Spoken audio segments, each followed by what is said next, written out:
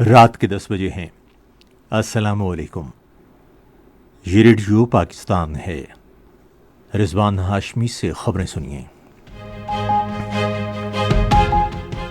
اہم خبروں کا خلاصہ۔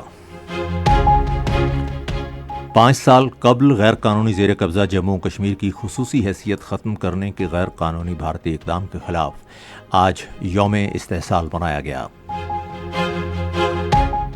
وزیر اعظم نے کہا ہے کہ پاکستان حق خود ارادیت کے حصول تک کشمیری عوام کی منصفانہ جدوجہد کی ہر عالمی فورم پر حمایت کے لیے اپنی سفارتی کوششیں جاری رکھے گا۔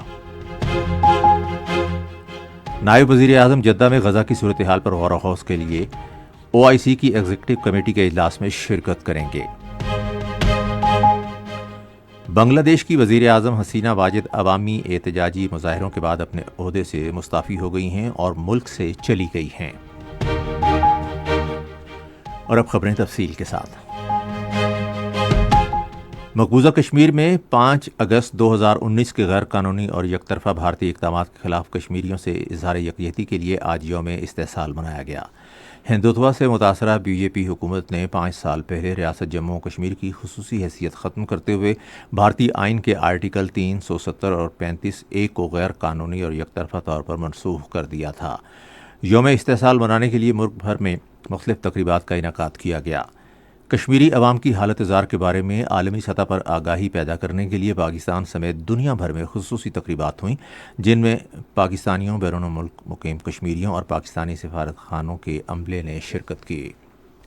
وزیر اعظم محمد شہباز شریف نے آزاد جموں و کشمیر کی قانون ساز اسمبلی کے خصوصی اجلاس سے ویڈیو لنک کے ذریعے خطاب کرتے ہوئے اس بات کا اعادہ کیا ہے کہ پاکستان اقوام متحدہ کی قراردادوں کے مطابق کشمیریوں کے حق خود ارادیت کے حصول تک ان کی منصفانہ جدوجہد کی حمایت کے لیے تمام عالمی فورمز پر اپنی سفارتی کوششیں جاری رکھے گا۔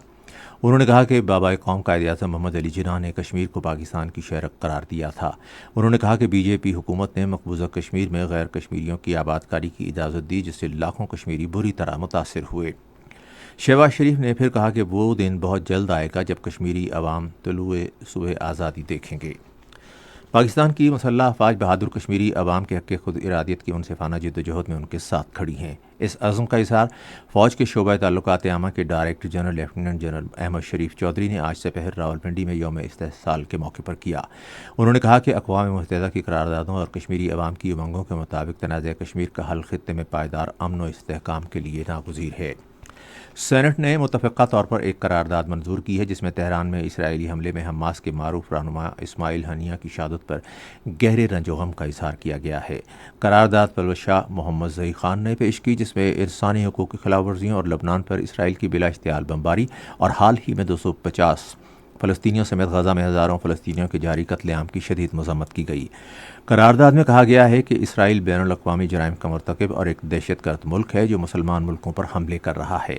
ادھر غزہ میں گزشتہ 24 گھنٹے کے دوران اسرائیل کے مسلسل حملوں میں 40 فلسطینی شہید اور 71 زخمی ہو گئے۔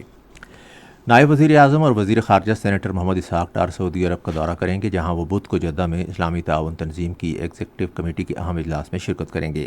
اجلاس فلسطین کی ریاست اور اسلامی جمہوریہ ایران کی درخواست پر طلب کیا گیا ہے، جس کا مقصد فلسطین اور دوسرے علاقائی ملکوں کے خلاف جاری اسرائیلی جارحیت پر بات چیت کرنا ہے۔ وزیر خزانہ محمد اورنگزیب نے بین الاقوامی کمپنیوں کے ساتھ شراکت داری کرنے کی حکومت کے پختہ عزم کا اظہار کرتے ہوئے کہا کہ حکومت غیر ملکی سرمایہ کاری کو انتہائی اہمیت دیتی ہے۔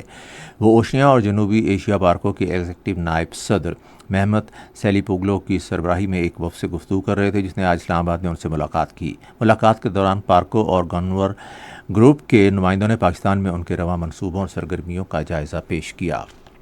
بنگلہ دیش کے دارالحکومت ڈھاکہ میں بڑی تعداد میں مظاہرین وزیر اعظم کی سرکاری رہائش گاہ میں داخل ہو گئے، جس کے بعد وزیر اعظم شیخ حسینہ مستعفی ہو گئی ہیں۔ ذرائع ابلاغ کی اطلاعات کے مطابق کرفیو اور انٹرنیٹ کی بندش کے باوجود مظاہرین کے بڑے ہجوم نے ان کی سرکاری رہائش گاہ پر دھاوا بول دیا۔